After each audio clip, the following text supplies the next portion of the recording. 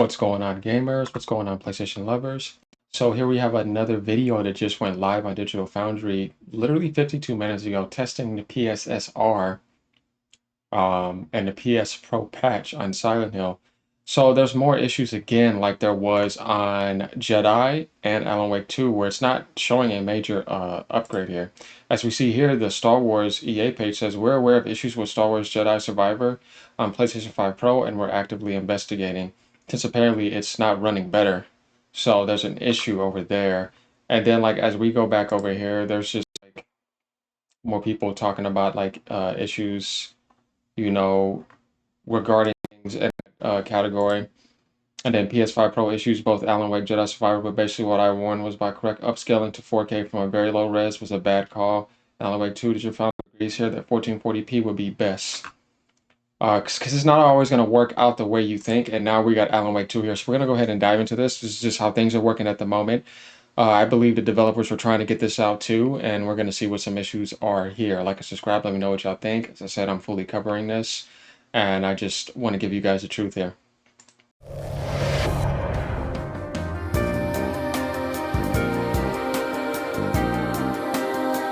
Silent Hill 2 Remake is a perfect candidate for a PlayStation 5 Pro upgrade. A month after its October release, frame rate drops still detract from the base PS5 experience in both its 60fps performance and 30fps quality modes, all of which makes the prospect of new...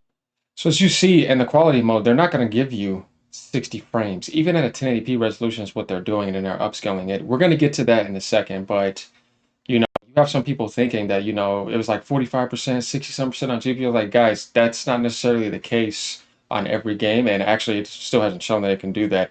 The only 45 was like on some old Devil May Cry game, but it went to there and it dropped right back down and it was averaging like 30 to 35. So we're showing you how this actually works. You had some people thinking like native 4K 60. I'm like, no way in hell. They don't have the CPU and RAM to do that. There's always going to be limitations there. GPU is just going to be able to help on certain things, and PSSR is going to help, but you're never going to see that. Definitely on newer games, it's not even happening. That's even hard on certain PCs. Also, just something else I want to show you guys. The technology that PlayStation and Xbox have been using since Xbox One PS4 era is APU technology, where you combine, as you see right here, consoles use APU, PC uses full tech. The statement is generally accurate. Consoles primarily use APUs, accelerated processing units, which combine CPU and GPU functions on a single chip. You see? What that means is that they're doing that for space efficiency. So it's going to be closer to a mobile technology compared to a PC, though it can be more powerful than mobile technology. While most high-end performance PCs utilize separate dedicated CPU and GPU components for greater power, often referred to full technology, meaning a PC has more flexibilities to upgrade individual components for maximum performance. That's why you see cards being this damn big, right? Whereas if you look at the PlayStation 5, you can't fit that card up in there, or in a laptop, so they have to use smaller technology with lower watts on the APU chips. So when you see people trying to compare a console GPU to the PC GPU, it's not even fair, because it's just the CPU and GPU on the PC, it gets way more watts and way more power. So that's why you see older PC cards beating it. They never explain that to people. Sony doesn't tell you that. You got people saying, oh, it's going to be 47. I'm like, dude, it wouldn't even beat a 4060, because the huge 4060 is in full power with a better CPU, better RAM, and a video system. So it's like, it's not happening. And that's just the truth that you guys should always remember.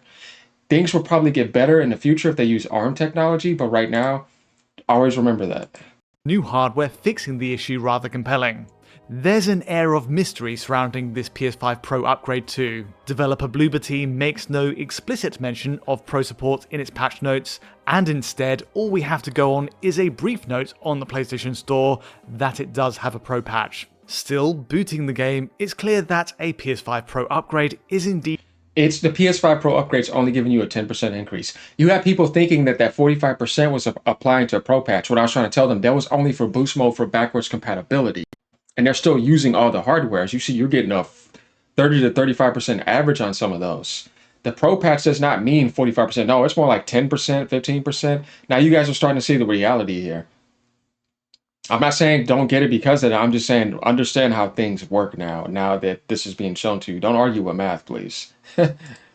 in place as stealthy as it is. There's a boost in frame rate on both modes, quality and performance, that allows for a more stable 30 and 60 frames per second. Plus, Sony's PSSR upscaling is now used on PS5 Pro, replacing the TSR upscaling method of the base console.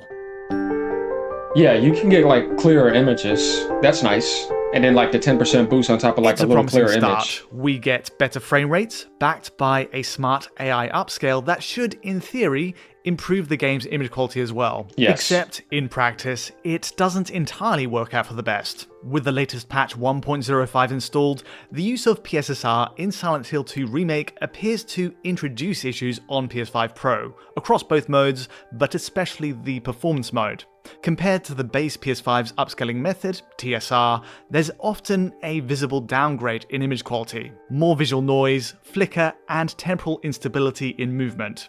Most notably, walking around Silent Hill streets, PSSR breaks the stability of the game's lumen reflections and GI. That sucks. On the 60 FPS performance mode, world reflections in puddles now jitter from left to right, with no anti-aliasing to disguise their pixelation. Static screenshots don't quite do it justice. They break up during movement itself. The second problem is the presentation of Lumen GI on PS5 Pro. Across the game's early woodland route, the use of Lumen to simulate indirect lighting and shadow is affected. And as a result, we get shimmering artifacts on shadowed elements, whereas on base PS5, they appear entirely stable. And this is not good because you were paying to get the Sadly upgrade right then, now. the performance benefit of playing on PS5 Pro comes bundled with this downside. Speaking on the positives, we do get a slightly sharper picture on PS5 Pro using PSSR, but its side effects are pretty hard to ignore. In general, there's more flicker and breakup on geometry, while fine details like dangling cables show more pixelation. It's hard to see the overall benefit, and I hope PSSR's implementation here is fine-tuned in a later patch. Keeping the focus on the 60 FPS performance mode, pixel tests help reveal what's going on under the hood. PS5 Pro runs at a native, fixed 900p with PSSR engaged while targeting 60 FPS, reconstructing the result to 4K. It's a change in rendering setup compared to the base PS5's dynamic resolution in the same mode, which ranges from 864p to 1152p in typical play using TSR instead. Overall, it means we have a more conservative resolution target and one that avoids the flexibility of DRS. This might be a necessary move to get PSSR working, where avoiding dynamic scaling allows for a more consistent pixel structure to work from. Switching to the 30 FPS quality mode, we have the very same problem. In this case, the native resolution is 1080p on PS5 Pro, which again resolves to 4K via PSSR.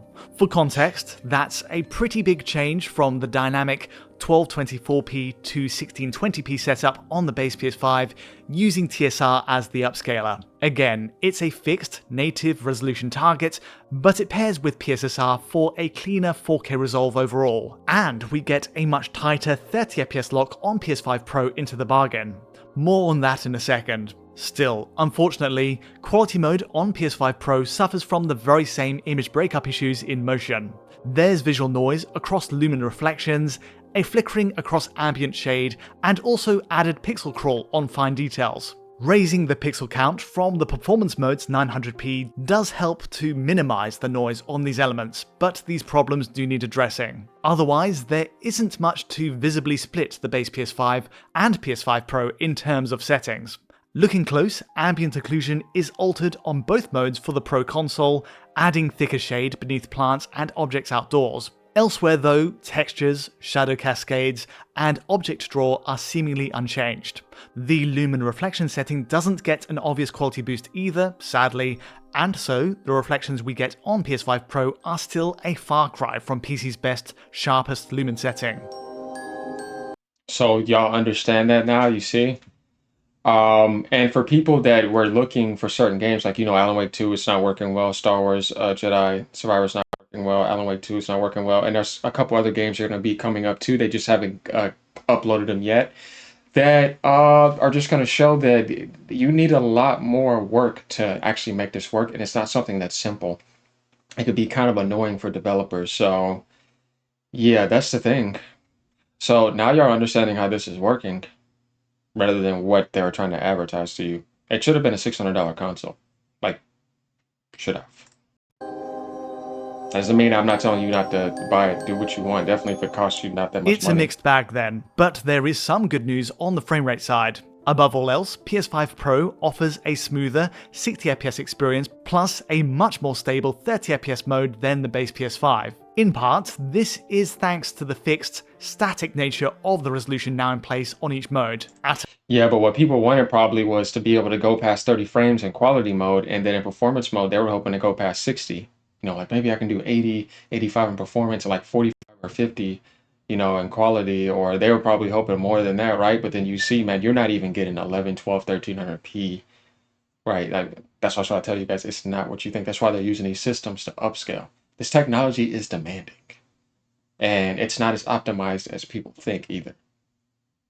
So it's not so much about I need way better tech, but it's more about how are things like perfectly optimized, working well.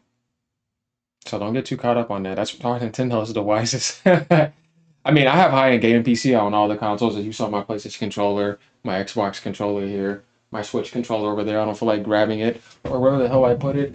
Okay, I put it over here. But yeah, I mean, you guys are seeing this. So don't feel disheartened because of that. I mean, games just need to be optimized better in general. Either 900p or 1080p depending. Taking the 60fps performance mode in example first, we of course no longer have DRS, trying to maximize the pixel count in every scene, which could lead to frame rate drops on base PS5. Simply put, any time we turned to a more GPU taxing part of the scene, there'd be a single or small batch of dropped frames as the pixel count adjusted in that moment. Base PS5 always needed a second to adjust to the GPU load if caught off guard by player movement. Not so on PS5 Pro. Between Silent Hill's South Vale region, the apartment blocks, and even battling Pyramid Head, the fixed resolution target is often more dependable. The result being, many of the sub 60fps drops and hiccups present on the performance mode before are now cleaned up to create a tighter, if not 100% perfect 60fps line. But they should have uncapped it. PS5 Pro isn't perfect in its delivery at 60fps though. Interior combat is much improved, but complex outdoors spots with volumetric fog still pose a challenge. The game's early woodland route, for example, continues to push both systems hard with heavy fog, dense foliage, plus lumen reflections and GI. It's a truly taxing area, all of which makes it, for DF testing, ideal to highlight the margin of a frame rate upgrade. On this matching route to the graveyard, we're typically looking at a 10 to 15% gain on PS5 Pro at best over the base console.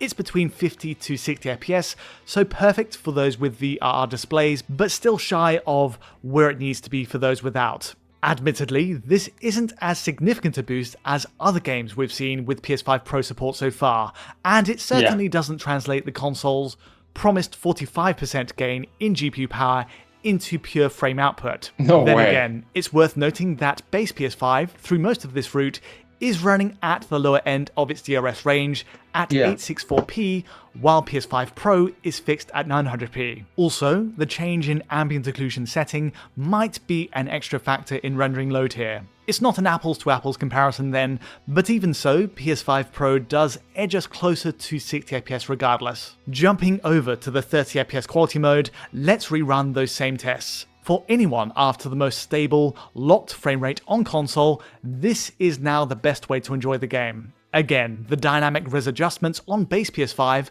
going between 1224p and 1620p, are part of the cause for its previous blips and drops under 30.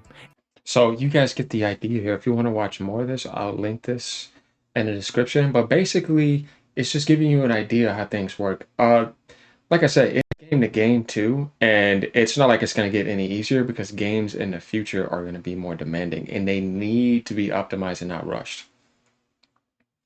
Otherwise, yeah, I mean, you're not going to be getting like, quality 60 frames like people were thinking. No, no, no, no, no. Like Mark Sony said, I mean, what, like 80% of the PlayStation fan base chooses performance because that's what they want anyway. So what you want is that performance 60 frames with upscaled, improved resolution. Hopefully that can work well and better. But let me know what y'all think. Like, comment, and subscribe. Glad to give y'all more, reality of how these things work. Can this be optimized to be better on a Pro? I'm pretty sure they could probably bump it up by 45% and clear up that image. It's a possibility it can happen. This is not doom or gloom or anything. This is just more like a reality check. As we saw that it's Star Wars Jedi Survivor is worse, and that's an older game. But Unreal Engine 5 is definitely a demanding engine. And as we looked at, what was it we were looking at? Previous before that. Oh yeah, Alan Wake 2. That wasn't a huge increase either. But games like Spider-Man and that, I mean, they're animated games, and that's not going to be a hard thing to do. It's going to be more taxing on other types of games. And I'm curious to see what's going to happen with the Black Myth Wukong patch. So we're going to see what goes on with that. But all right, y'all. Peace out. Still enjoy your console. Just remember how things work. That's all we're doing here. Peace.